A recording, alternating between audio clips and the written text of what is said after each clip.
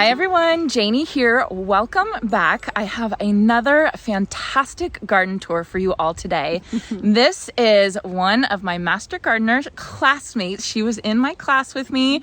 We went through it all and we're done, right? We graduated. We're done. And you've already volunteered one time, right? Good job. So her name is Ellyn Davis.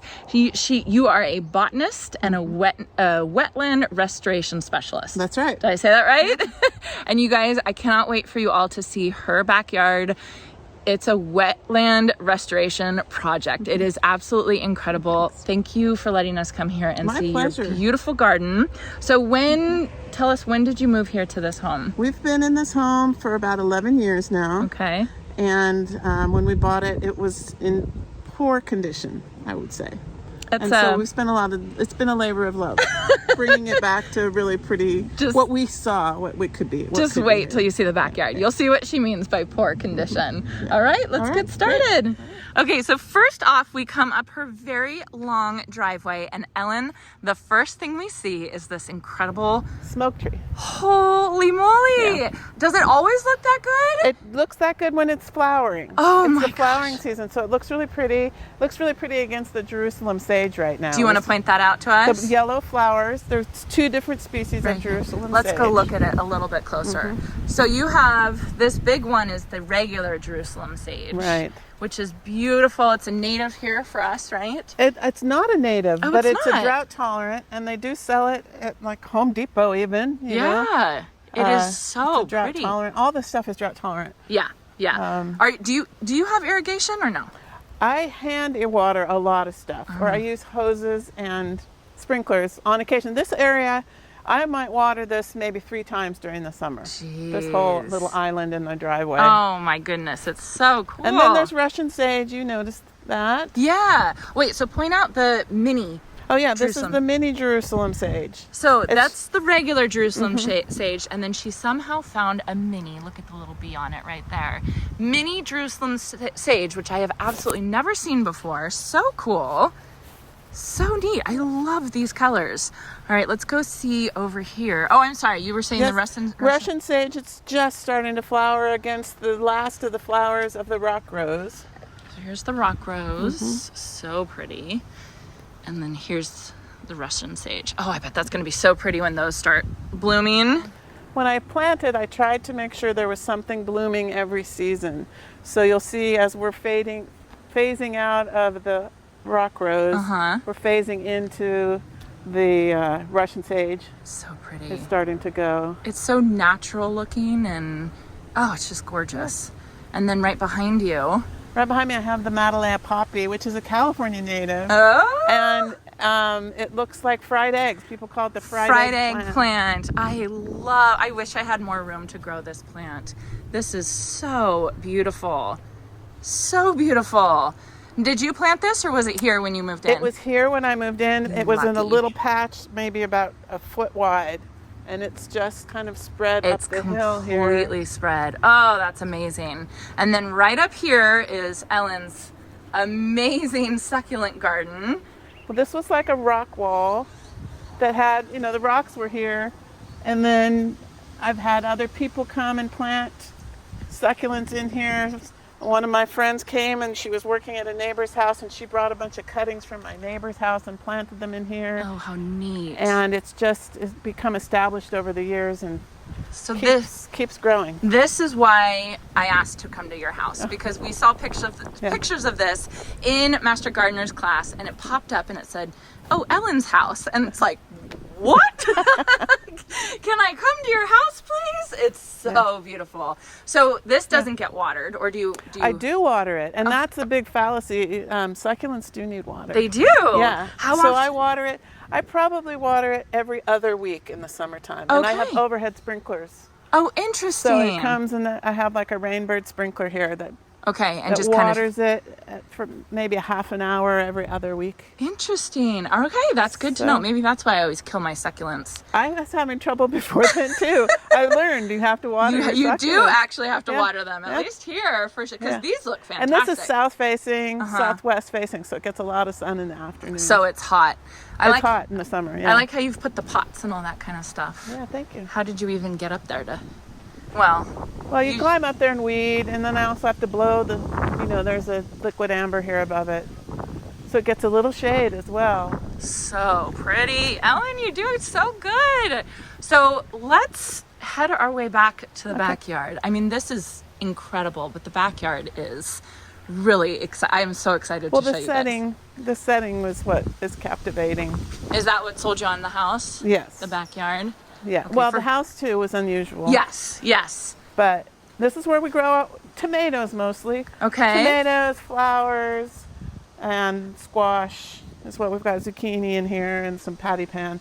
Oh, but mostly heirloom tomatoes and some flower seeds. And do the tomatoes grow okay? We have incredible tomato harvests. Incredible. That's and my husband, I grow it and my husband cans for us. Oh, so we how have fun. fresh canned tomato sauce all year round. Oh, you are so lucky. That's fantastic. So do you guys see what's behind Ellyn? Can we see this? So this, in the 1850s, this was a quarry. There's a Canada goose. Look at that. So in the 1850s, this was a quarry. So this pond has always been here. It's a natural pond now. It was excavated out in the 1850s when they harvested the stone here. And around this area, they built a number of homes and a church out of the quarry from this. Oh, interesting. Out of the stone from this quarry, yeah. So this, the wall back there, that's all been dug out from the quarry. Yes. So that's all stone kind of dug in, and then it's created this little pond. Right. That is beautiful. So being a wetlands restoration expert, did you have to restore this at all? Absolutely.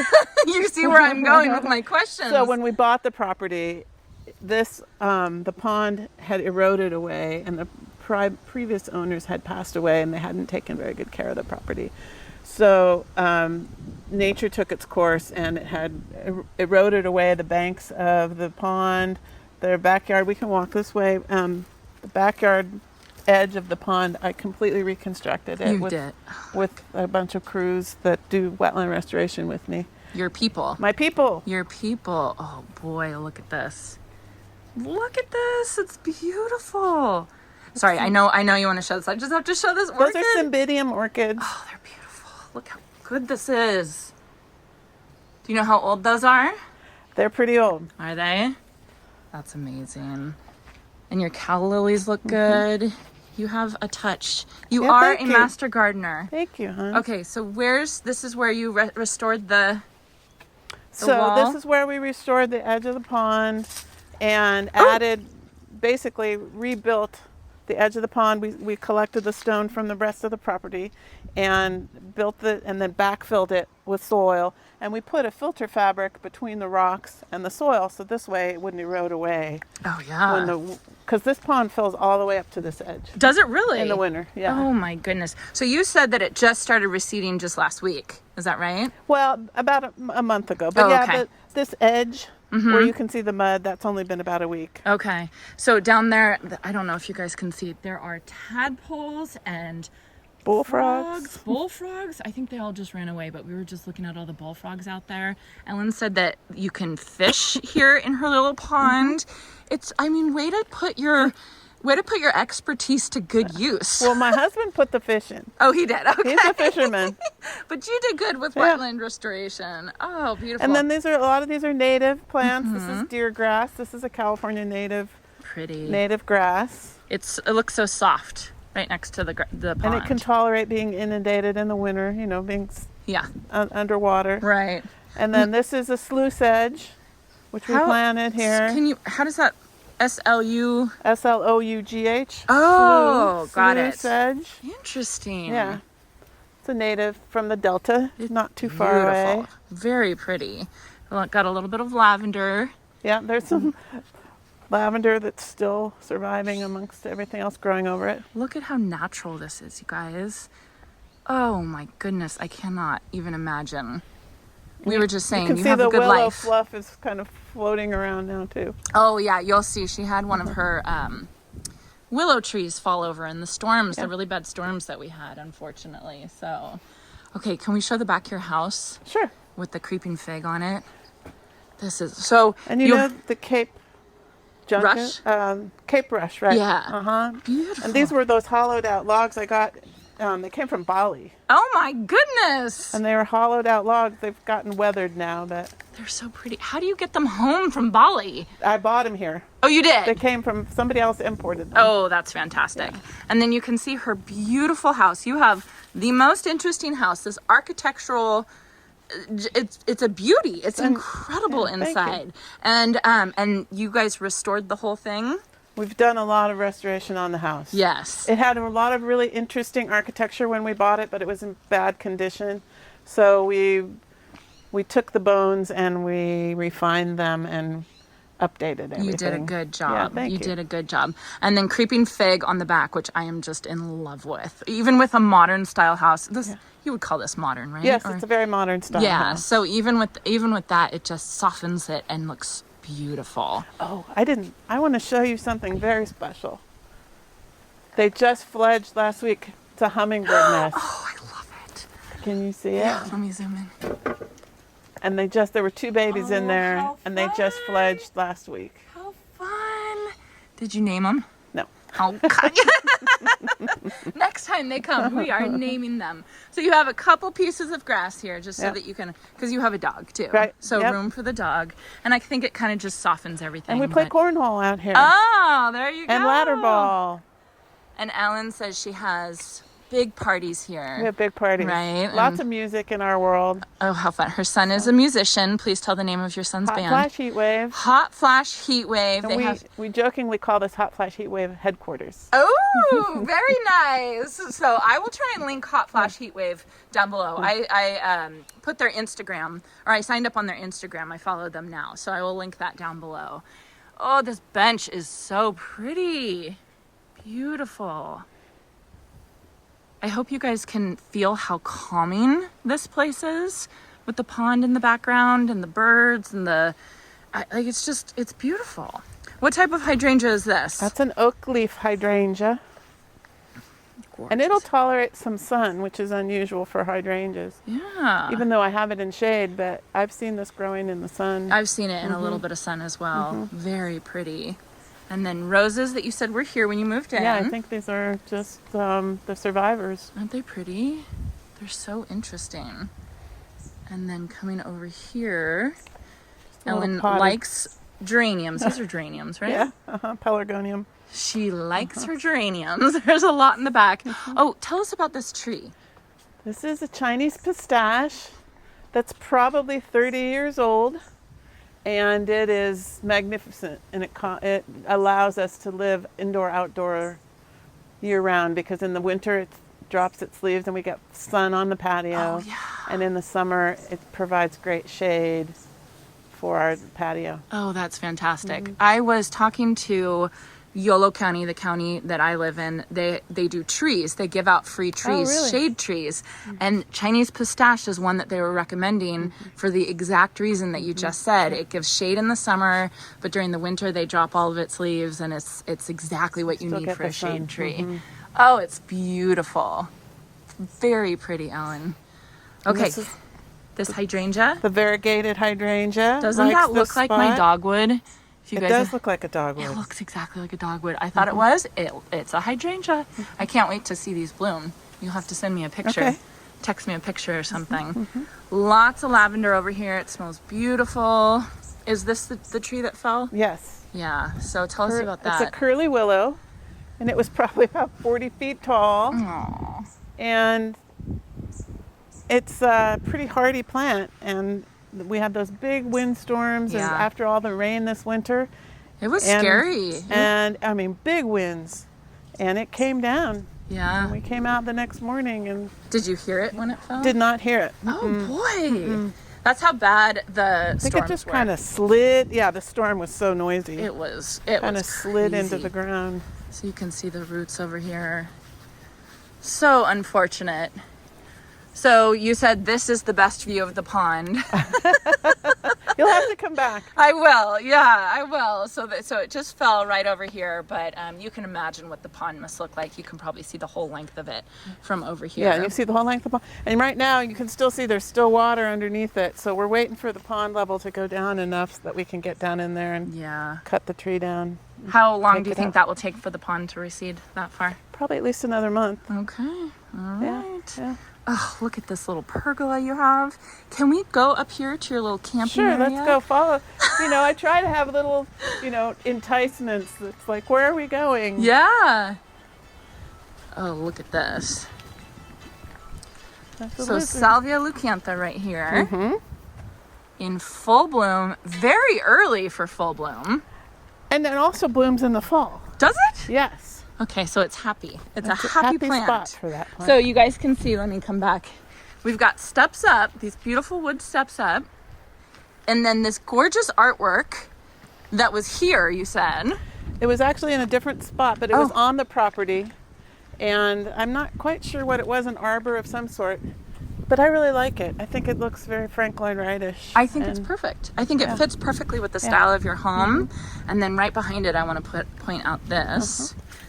Tell us what this is, Ellyn. That's sticky monkey flower. Again, it's a California native. It's just growing on the side of the hill Look, here. it's growing on the side of the hill like that. Another one here growing on the side It's a shrub. You can get these at Arboretum plant sales. They're a pretty hardy native plant that goes well in an ornamental landscape. Yeah.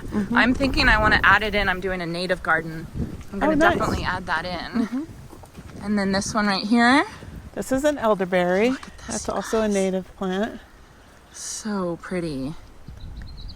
So you can harvest the berries and make wine out of them if you want to. What about that tincture? Elderberry tincture? Probably. Right? Yeah, this is the edible elderberry. Oh, that's fantastic.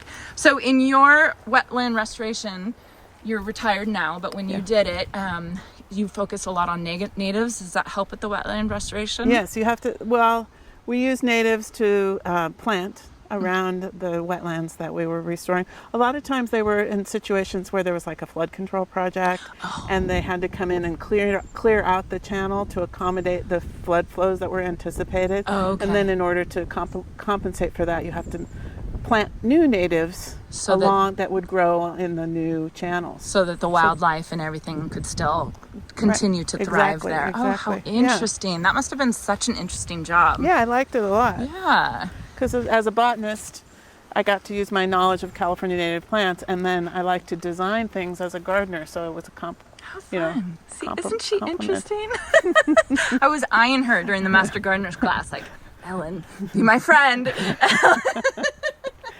Ellyn, be my friend. So you can see we have a windmill right there, and that is an aerator, you said? Aerator for the pond. Yeah, when it spins, it pumps air into the pond. Oh, how interesting. This is just the coolest place. So you were saying you wanted to eventually put a yurt up here. Yeah. Except for... Well, you can see historically this land was a quarry. And you can see here some of the area that had been quarried out, and now this tree over the years Do you guys has see pushed that? away the edge of the hill, Isn't and that I keep waiting for it to fall. Right? It looks like it's about to fall, but then you think all the roots are... Hasn't fallen in the 10 years since I've lived here. Oh my goodness, that's just so interesting to see the roots underneath a tree. It's just so cool. And so they're probably going way far into the other side. I suspect so. Yeah. So maybe a yurt this is not maybe the right place for a yurt. I would hate to be doing yoga out here Right? and have that tree decide it's finally going to come down. Oh, look at these rocks. So these were all from your property. Well, of Well, course. I think what happened is when that tree got big enough, it actually cleaved these pieces off. It's just the neatest thing. And then here's the history shows here where they had the steam shovel. I believe this is steam shovel marks from when they quarried this land and took the rocks here to build the houses around here in the 1850s. Is that not the neatest thing? You can see the machinery, and then you can see moss growing in it. The machinery marks. Oh, how neat, Ellyn. And then the natives growing all around it. Yeah. Of course. Can't stop the natives Can't from stop growing. the natives, which Yeah. is fantastic. Isn't this so neat? Oh, I love it.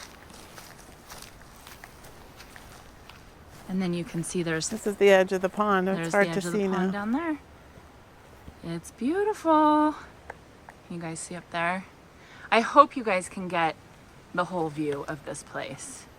it feels like we're in another world. It feels like we're camping somewhere in, in a historical site or something. Right. It's very Napa Valley-ish, but yet we don't have the crowds of Napa Valley. That's true. But we can get to Napa pretty easily. It's about a 20-minute drive. So Ellyn lives about, 45 minutes west of me, so closer to Napa Valley, but still close enough that I can come and see your garden. Yeah. Help you prune some trees or something. Come to my party. Yeah, come to your party. Come sing karaoke with us. Oh, so fun. All right, let's come back down here, and then Ellyn's taking us over to the orchard. Our orchard of 7 trees. Hey. But we get plenty of fruit off of them for us. Right? One fruit tree makes an orchard, I would say. So I see fruit. You see a lot of cherries this year. Lots of cherries. Not quite ready. What kind of cherry tree is this? I think it's a black tartanian, which is a self-pollinator, so you don't need more than one. Oh, how fantastic. Do you guys ever get a chance to eat these cherries? We do, and we've made cherry pies. Oh, good. Uh-huh. And the birds, do they? Usually we put a bird netting around it. Oh, smart. Very smart. About right now, like this week would be the week we would want it. We may not do it this time. Yeah, and then tell me about this. Is this a peach or a nectarine? This is a nectarine that's got a serious bout with leaf curl this year. And I think it's because it was such a wet spring. Even though we did the copper oil spray, we actually copper oil sprayed it twice when it was dormant, but it still didn't keep the fungus away. It couldn't get it all. But I mean, so the leaves all curled and dropped off, but now it's got a whole new spring you have of some leaves. Fruit, not a lot. Boy, last year we had bushels of fruit. Did you? Yeah. I bet it'll recover. I bet it'll be fine. We made a lot of jam. Remind me to give you some jam before you leave. Yay! So when you have peach leaf curl, you want to spray it with a copper mixture while the plant is still dormant. If you wait for it to come out and you start noticing the peach leaf curl, it's too late. You've waited too late and you have to wait for the next season once it goes dormant again. But like Ellyn was saying, it was so rainy here, and for us, it's just not normal. If it rains too close to when you spray the fungicide, it's just gonna rinse everything off, right? Exactly. So that's the problem that she had with this, and that's why it still came back, unfortunately. Yeah. Hopefully you can keep it under control. What is this, olive? No, this is a peach, but it got some of the leaf curl, not as bad as the nectarine. Oh, nice. We got some more fruit on this one. Some peaches coming in. And then an Asian pear over here. And an apricot that's... You want to see something that I learned at Master Gardener? Oh, yes, I do, very much. My apricot, I noticed during the dormant season, has this really crazy, I didn't know what it was, damage to it. Oh, I can't really... You can't see it now because it's all leafed out, but it's from a sapsucker. Oh, look! It's from a sapsucker, and the sapsucker is a bird, and it pecked its holes all the way through it to the point where it girdled the plant. Oh no! And it's killing the main branch. Oh no! I know, and I told it was oh, you can see it here. Instructors. Oh, here maybe. Here, I can see it. I can see some. Oh my goodness. It really was crazy. I didn't know what it was. Oh, here, look at this. And I showed it to Pam Bone. Uh-huh. And Pam Bone says, oh, will you send me that picture? I've never seen Are you serious? anything so... Look, we'll get it. Oh my goodness. I didn't know what it was. Isn't that interesting? It's from a sapsucker. So it's a bird. A sapsucker is a type of bird? Mm-hmm. Oh, interesting. So... Tell us what you mean about girdling. Well, it cut through the cambium layers that bring the nutrients and the water up from the roots to the leaves. And if it's damaged, then the tree is basically cut off from the roots where it gets all its nutrients and water, and so it's basically like been beheaded by a bird. Right, by a bird. Ugh. I'm sorry. The bird liked the sugar water coming from the roots or going to the roots. So Pam Bone was a very interesting presenter in our Master Gardeners class. I did a kind of like a recap video on that and was raving about how great she was. She was really interesting. Wasn't she interesting? I guess she has a show in Sacramento. Did you know that? No. She has a show in Sacramento on gardening, on trees. What kind of show? Like what? platform? I'm not sure, like maybe public broadcasting or Okay. something like that. I'm gonna have to look her Yeah, up. right. She's super interesting. I did post, I'll post it again. I found one of her presentations online on YouTube that you can watch. Yeah, I'm pretty sure it was similar to the one that we got. So I'll post that below as well, just so that you guys, if you want to watch a presentation by Pam Bone, what would you call her? The head of the Master Gardener program? Like, she was one of the first. She was the first in California. To organize, well, the first organizer of the Master Gardener program, right? Or the head person for a Master Gardener program, right. So she knows her stuff, and she's a fabulous presenter. Yeah. Fabulous. So come over here. I'll show you my mother oak tree. Okay. Look at these rocks, you guys. Do you remember I did my presentation on moss? I do. Is that where you got it from? This was the moss, but now you can see because it hasn't been raining. It's all dried up. Yeah, but it'll come back, right? Yeah. Uh-huh. Gosh, you're not kidding. You do have a lot of moss. That's so interesting. Yeah, you had a great presentation. And then my mother oak in our back. This is our breakfast patio. So you call this your mother oak? Oh, that's so I think she's about 400 years old. Oh my goodness. And she was obviously here when they built the house. Yeah, they built the house around it. Yeah. Oh, incredible. This is such a California house. Right? It's such a California house. Yeah. With the California oak, it's just incredible. And then you have all your plants over here. Oh, very nice, Ellyn. Thank you so much. Thank you for letting us come here. I know that you're very busy, but I appreciate it. So just seeing, this is the most interesting house I've been to. Oh, thank you, huh? All right, everyone, that is going to be it for Ellyn, my Master Gardener girlfriend. And this is an incredible house. And can I please come to your party? Please come to my party. You guys, this is going to be bring so... plants. Oh, okay, absolutely. So thank you so much for having us. I hope you all enjoyed that, and I hope you all have a chance to get in your garden today.